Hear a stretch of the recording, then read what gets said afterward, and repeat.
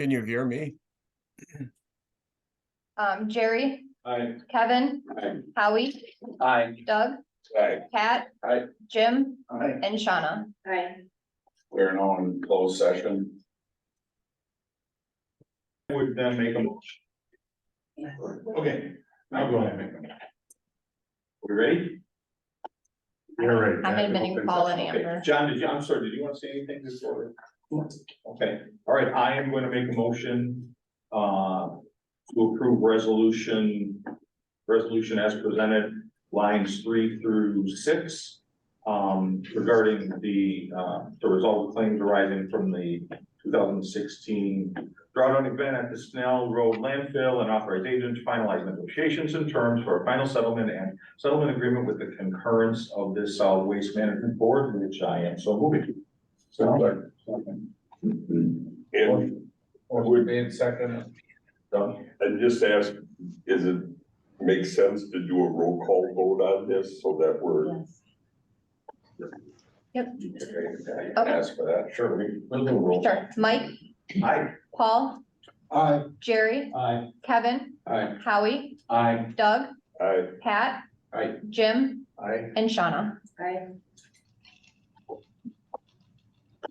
Okay, that was unanimous. So that's done. Thanks, Marianne. Really appreciate Thanks, your Ron. visiting all the time like this. It's like, you should have a name tag made up. It's good company and it's good food and coffee. Thank you. Good. Thanks, Ron. Thanks, Ron. Thank you very much. Thanks for everyone's attention once again. All right, Right, yes, yes. Okay, okay. so again, not that, yeah. You all have a good day. Thanks, Marianne. You too. All right, Pat, I'm gonna go to agenda item. Very well, financial report 2022. Yes. Okay, I guess via Zoom, we have Paul Kaiser, who's the finance director for Winnebago County, and Carol Blackmore, who's the assistant, along with Amber. I'm not sure how you pronounce your last name, Amber, but she's from CLA, the county firm that did the annual financial report, so. They have a couple documents they prepared, that they'll walk you through, just outlining the final performance of our solid waste management fund for 2022. With the biggest item being where our retained earnings, fund balance ends up, so. Turn it over to Paul and Carol and Amber. Okay, so John, are you pulling up the financial highlights first? We will do that, yes. 2022. No.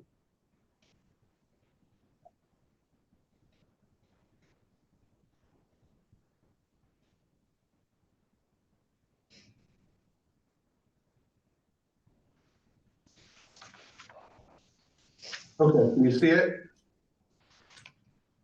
Yep. Yeah, we see it. Okay.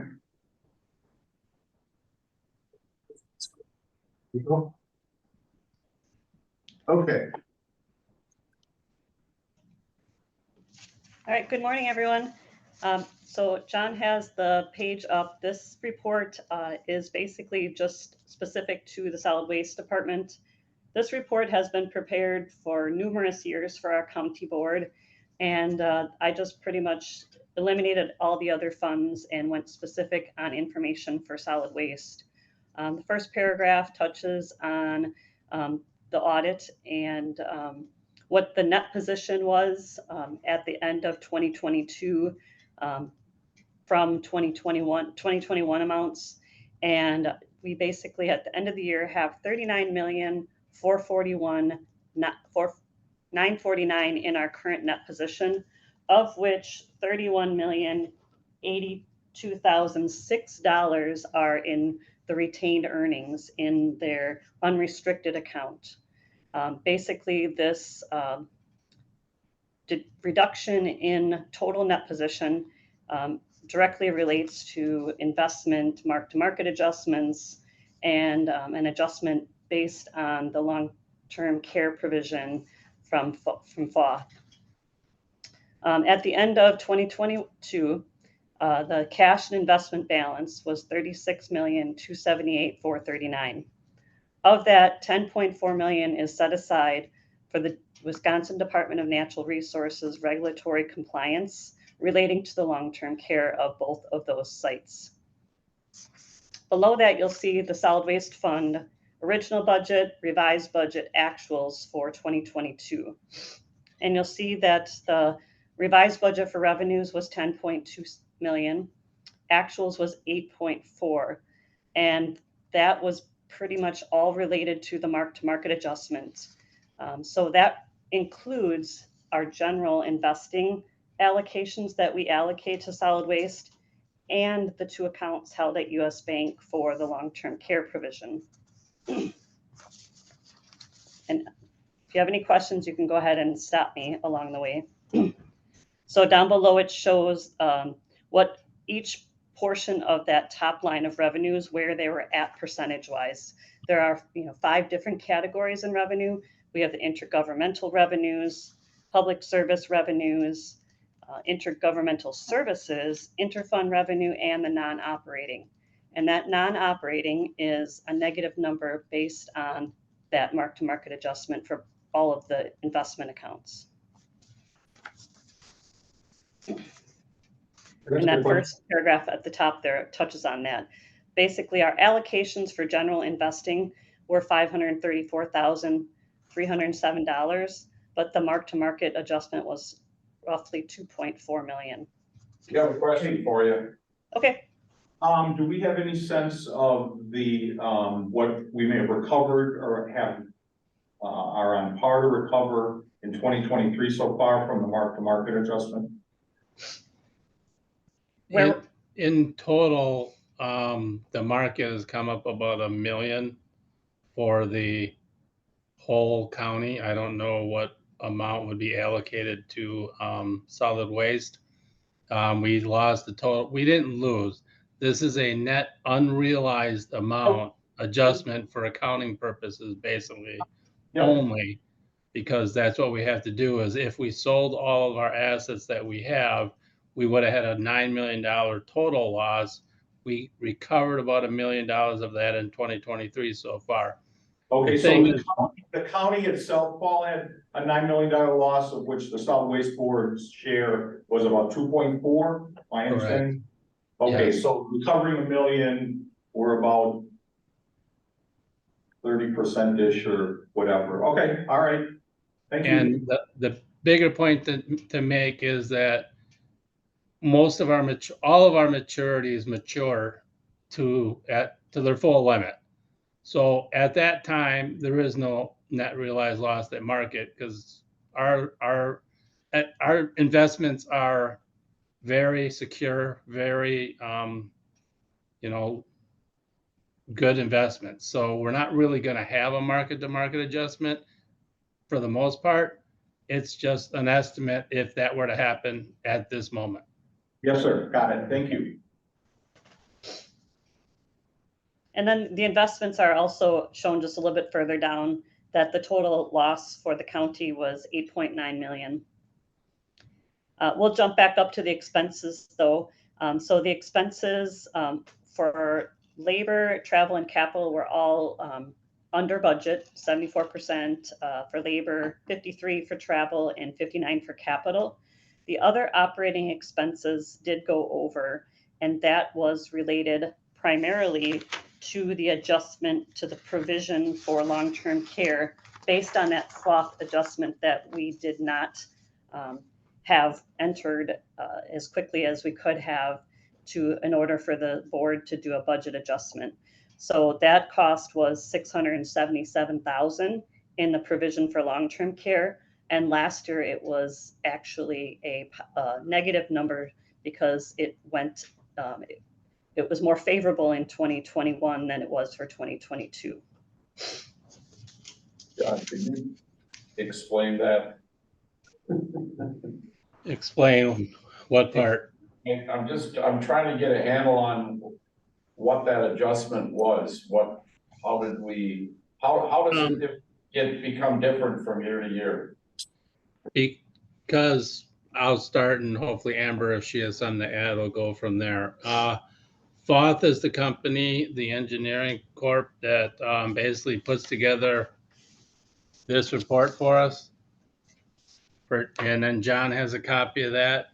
Basically what they do is they go through and look at the expenses that we have spent for the year.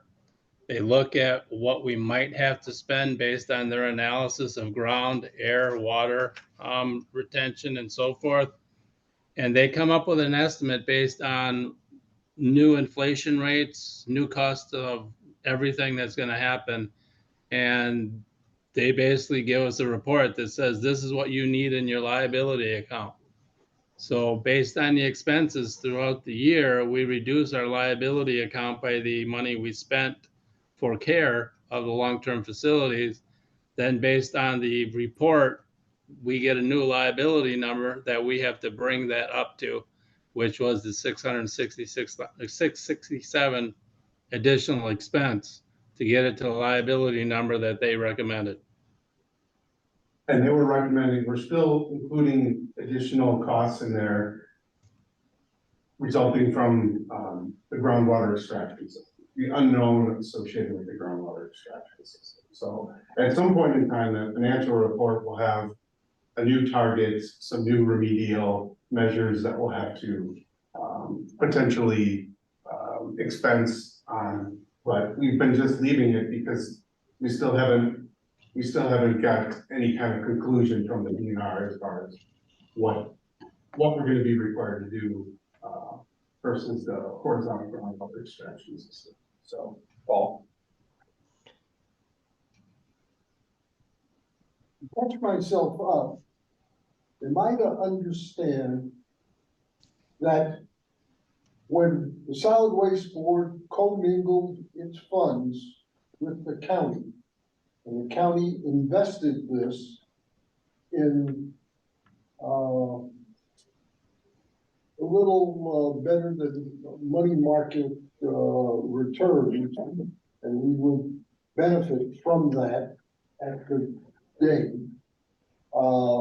that going forward with this change in financial adjustments from 0.4 to 5% interest, to get out of the old investments, to get into current day returns is costing us $4 million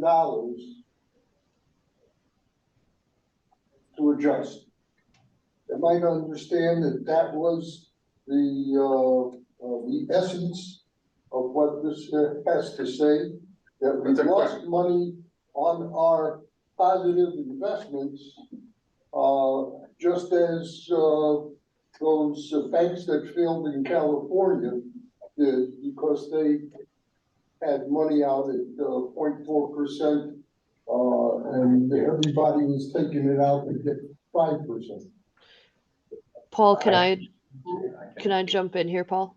Sure. Go ahead. So the investment piece of it, so the mark-to-market adjustment, as Paul mentioned, that's some unrealized gains and loss numbers, so primarily a loss in 2022. Those investments they're at US Bank, I do believe. Those are invested based on state statutes, and Wisconsin has very strict rules on what you can and cannot invest in, and they're very safe investments. But that unrealized loss, that's as of a point in time, as of December 31st, 2022. Your maturities on those, and Paul kind of alluded to this, may be, and I don't have that exact piece in front of me, but it could be about 3 years out that those maturities are, or even longer. And so those maturities are going to stay the course, and when you cash those out, you're not going to necessarily have that loss that's on the screen right here of 2.4 million. So that's kind of I don't want to say fictitious number in financial reporting, but it's not an actual of what happened, and you did not pull out those investments as of December 31st, 2022. So that's important to know, that that's a reporting requirement that has to happen because you have to record at market value, not at you invest at par, but you're at market value, and then obviously by the time it's already August of 2023, things have changed in between then and now. But the investments themselves are done within the state statute requirements. Just that in the reporting process, we have an unrealized loss. Just like if you go into the stock market and you buy a stock for $100 and then it goes down in value to $50. Well, you're still getting that dividend, so it doesn't matter whether it's 100 or 50. But when we report this, we have to report it at 50 for cash in the bank if we surrender. And that's what the loss that we're discussing here relates to. We haven't really taken a hit on it. We've lost it on paper. Correct. Thank you. Yep. Yeah, any other comment, Mike? Well, just let me, it's just, because this is going on in every community, everywhere, it's a Yes. kind of big deal. So let me just give you just a simple example. If the county bought a certificate of deposit in January of 2022, and it had a 5-year maturity, and they bought it at 3%, if interest rates go up, that same CD that you bought for $1 million, as of 12/31 of 2022, interest rates on that same CD might be 4% instead of 3%. Meaning that if somebody wanted to buy a CD like that, they could just buy it off the market at 4%. If you wanted to sell yours that you now had at a 3%, you're gonna have to sell it at a discount, meaning it's not worth $1 million anymore. It might be worth $990,000, okay? So what they always do is they have to, at the end of the year, every investment, so take that CD, multiply it by all the treasuries the county owns, all the agency paper, all of that. As interest rates rise and you own things that are at lower rates, if you try to sell this, you have to sell it at a discount because somebody that's out in the market could buy a brand new one at 4% instead of 3%. That means the value of this million is less. Every investment, most of the investments the county had, all are in that category. So point is, there's always going to be that depression. If you buy things and interest rates rise, you're always going to have that loss. If we own things and interest rates start going down, we may have a market gain, but that's not real money either, unless you sell, unless you intend to sell. But most governments are in the buy and hold. You buy, hold it to maturity, and as they said, once you get to maturity, it's worth $1 million. Didn't matter what it was worth in between, correct? So that's sort of the long. And there is a footnote in the full financial statements.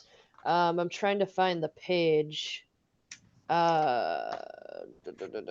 Page 55. Whenever you get a copy of the full financial statements, talks about the credit risk being what your investments are invested in and what they're rated at. Most years are invested in AAA rated investments, and then the interest rate risk. That details out the maturity, exactly what was just mentioned and what Paul and I had talked about. And it'll give you the breakdown, and that's the county as a whole. That's not just solid waste investments, but you can see the maturity years going from 12 months, within 12 months, all the way up to 5 years out. And that's on page 55.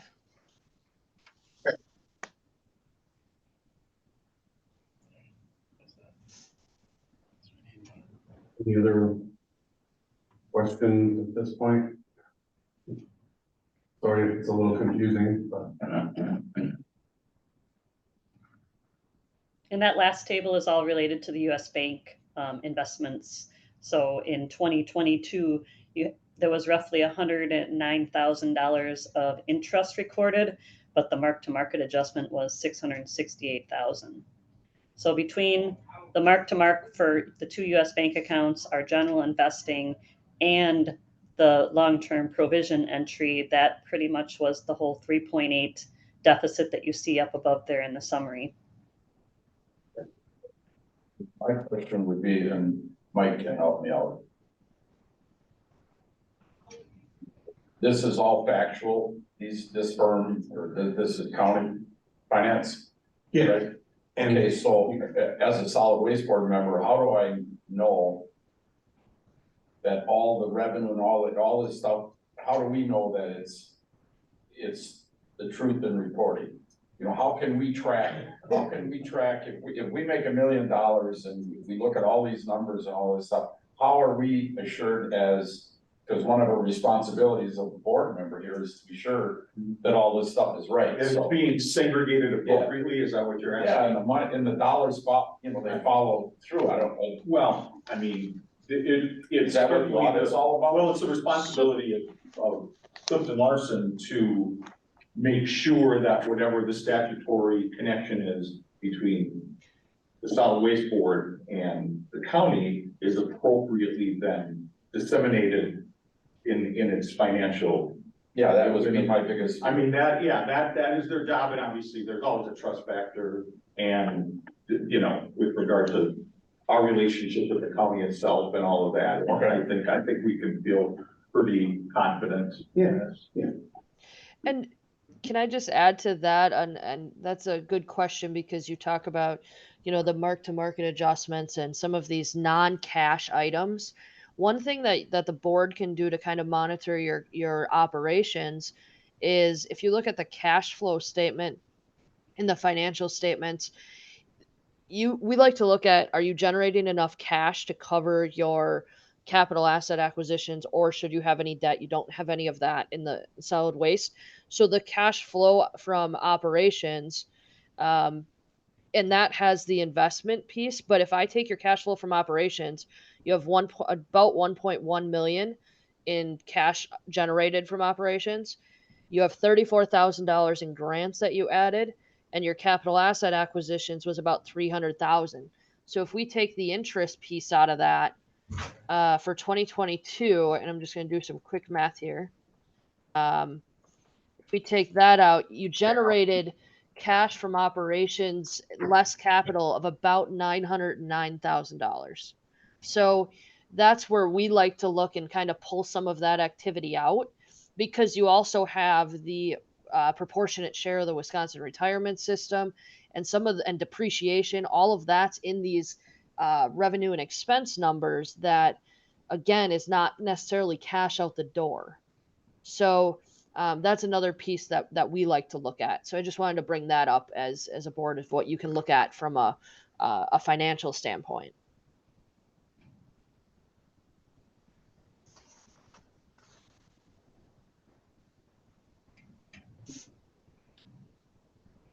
Any other questions? The financial team? Yeah.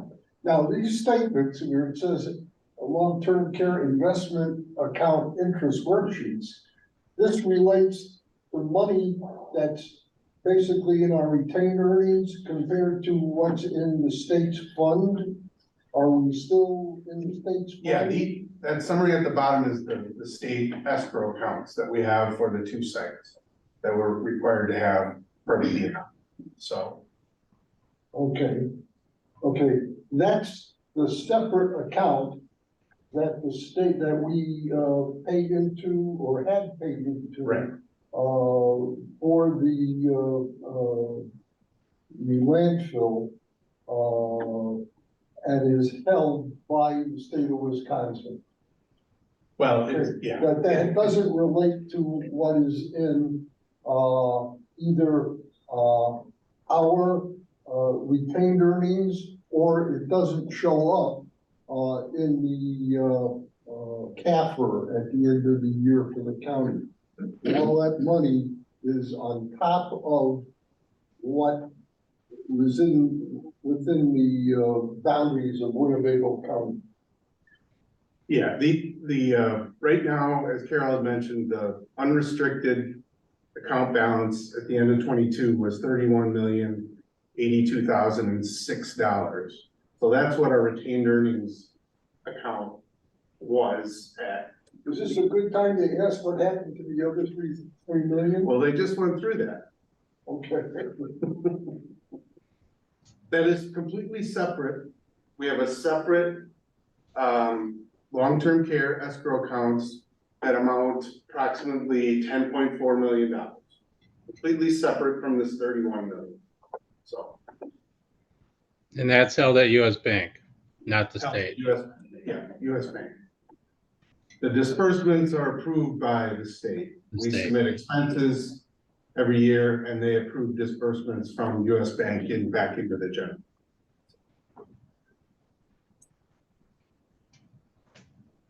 Okay. I think we're good for the time being. So thanks, Paul, Carol, and Amber. Appreciate you holding on the line for us here. And Amber sticking around till the end. So All right, if you or any of the board members have further questions, let us know and we can get you some information or documents. okay, great. Okay. Thank you. Thank you. Have a nice day. Bye. You too. Bye.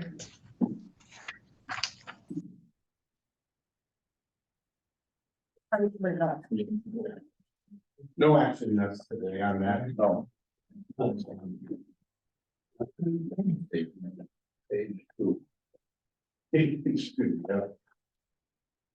Future agenda. No, there's one more. There's one more I wanted to just brief you on. Allocation changes, I'm sorry. Yeah, so I'm so confused, right? Got a golf date? No. I called yesterday, but I'm glad I don't have to sit through this kind of meeting. I'm not gonna listen to this. Glad I ain't got $40 million that would confuse the hell out of me. I'll help you. So what we normally like to do is get our financial numbers reviewed. And then at a following meeting, talk about retained earnings, but I like to try to always squeeze these in before we get into the meat of the budget, because this does have some impact on some of the decisions we make with our budget for next year. So we started the retained earnings summary in a different format last year. So the 2022 amounts for the different project items are shown in the left column, with the end of 2021 balance was 34,350,577. So we kind of balanced out a reservation at 34 million last year. And based on the changes to the current retained earnings balance, and my spreadsheet says 2022 ACFR preliminary. I didn't get a chance to change that. We got the document final late yesterday. So the current amount that we're dealing with is $31,082,006. And I made a few tweaks to the 2023 amounts. The landfill gas utilization system upgrades, I've reduced it by $1 million. We have a plan in place with capital to purchase some equipment later this year. It'll probably end up getting carried over into 2024, but the estimate was roughly $1 million to upgrade the flare and compressor and treatment system here at the Sunnyview landfill. The other item I adjusted down is the Tri-County single stream recycling facility upgrade. We had 2 million allocated for that. I bumped it down to 1 million. One of the things that we've been successful at in operating that joint venture is creating equipment replacement accounts. So we look at the expenses, the revenues, we look at the net that we have, and we've been allocating a certain dollar amount every year that 3 counties agree on, putting it into this equipment replacement fund that we can use when upgrades are required. So one of the upgrades that we're in the process of doing is adding some essentially robotics to the sort lines to eliminate some of the problems we're having with sorting, manual sorting labor.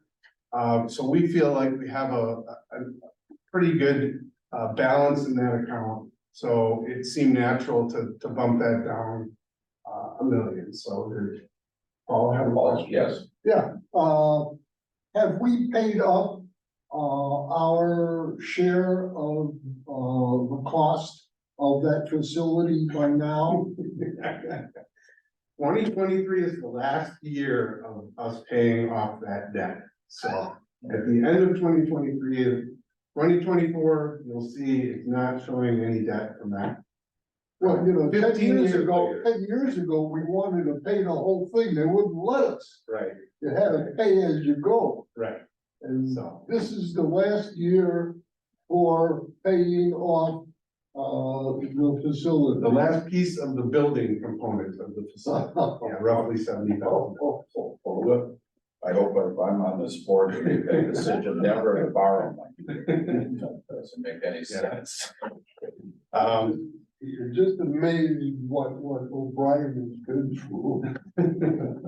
And then the last item that I looked at, I really want to keep monies in those closed landfill long-term care. I want to keep money for a new transfer station.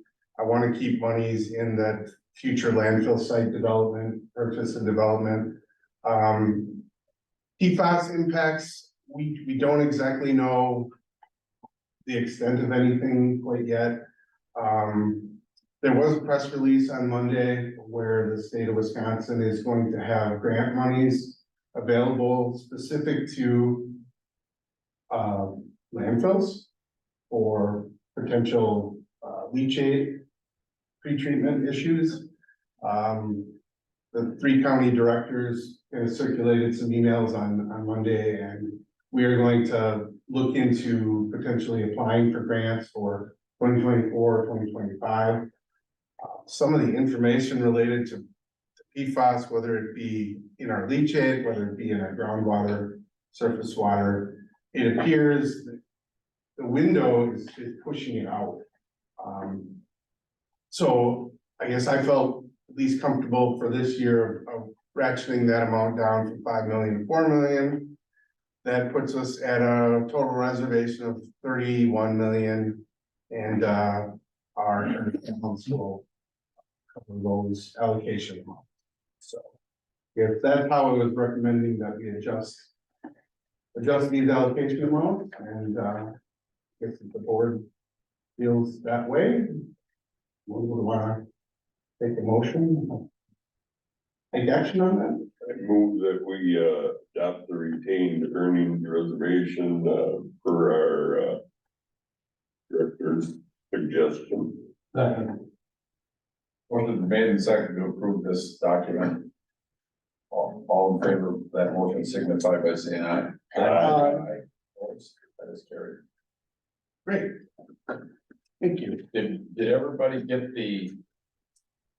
that PFAS report? No. Yes. Oh, From you? No, not for me. There was another one that came out from Fulton. no, Okay, I can certainly send that to the record. yeah, it was an analysis of where it's all going. And it was just to help. Yeah, I can do It's that. out there, they're just putting, the only reason they're pushing is because they can't get a handle on it, they don't know, and they don't want to panic everybody. Right. That's it, tell them how much it's really gonna cost when it goes down, Yeah. so. And again, you know, from our perspective, we've had discussions with the city of Oshkosh. Wastewater treatment plant, which is where our leachate goes. They had in the past few years done some testing of their effluent from the wastewater treatment plant, so it comes out the back end of it. And the levels were showing less than the regulatory limit on their effluent. So it's more of just a wait and see situation. If, you know, how we might be impacted in the future, but for now, it's looking halfway promising that. But But that oath document does talk about at some point in time, we're probably gonna have to do some testing of our different components on the site, whether it be leachate, groundwater, surface water, those sort of things, so we know what exists at our sites. So, Okay. Anybody got any future agenda items they wanna talk about, or we can just continue on with our process and whatever, and then the next meeting date is, I'm sorry, Jen. I'll be bringing donuts next. Oh. Okay, make note of that, please.